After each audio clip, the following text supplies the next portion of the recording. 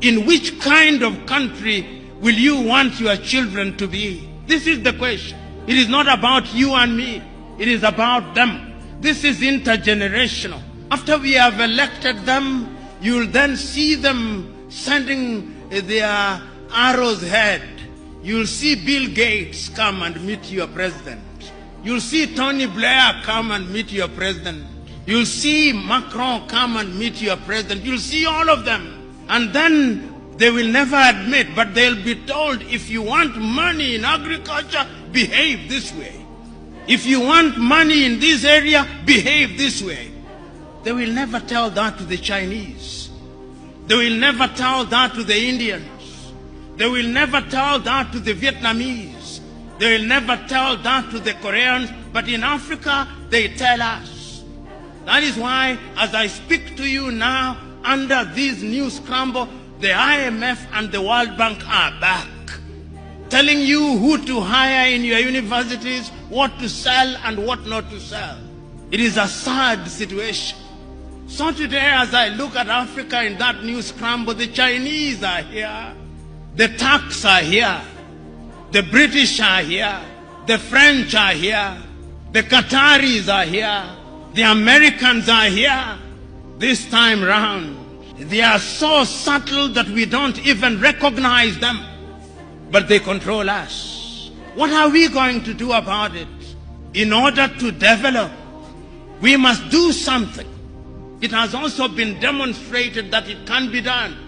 I've traveled across this continent and I've seen that development is possible. You go to Rwanda now. They are demonstrating that it can be done. Go to Kigali now. See what they are doing in the health sector in their own small way. See how they are collaborating in the area of mobile telephony in their own small way. It can be done. I've been to Botswana and I've seen what they are doing in their own small way. I've been to Mauritius, see what they are doing in their own small way. And they do not have the resources that other countries have. And I'm giving this example to say that indeed it can be done, and it can be done within the continent of Africa. So what we must do is to begin to pull together. We have 55 telephone access codes. Nigeria 234, Ghana 233, Kenya 254, Tanzania 255, Uganda 256, Zambia 260, Zimbabwe 263.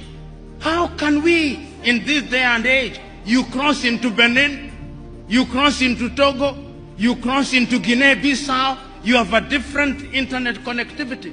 Why can't Africa have a single satellite and a single telephone call, so that when I travel from Mogadishu in Somalia to Dhaka in Senegal, like the Chinese do, like the Americans do, like the Indians do, we can have the same, because communication is critical to development. And I'm saying this, part of my agenda is to prick your conscience with live examples, that you may go out there irritated, but irritated to do the right thing. And I'm suggesting that indeed, when we talk about development, this is what we must do. Is Africa conscious of our state? Yes, Africa is conscious. This is what makes me happy. That after all these analysis, it appears to me that Africans have now recognized that going forward, we can only defeat the conspiracies, we can only have development as we are talking about it by working as a team. It is only through industrialization that we are going to be manufacturers in all sectors. Make unity attractive. Because if you don't make it attractive, we will separate, and that will make us weaker. You are here, maximum 40 years, you will have gone upstairs. But after 40 years, in which kind of country will you want your children to be? This is the question. It is not about you and me. It is about them. This is intergenerational. Africa must change. Africa can change. And it can only change if we change our minds. And our minds we must change.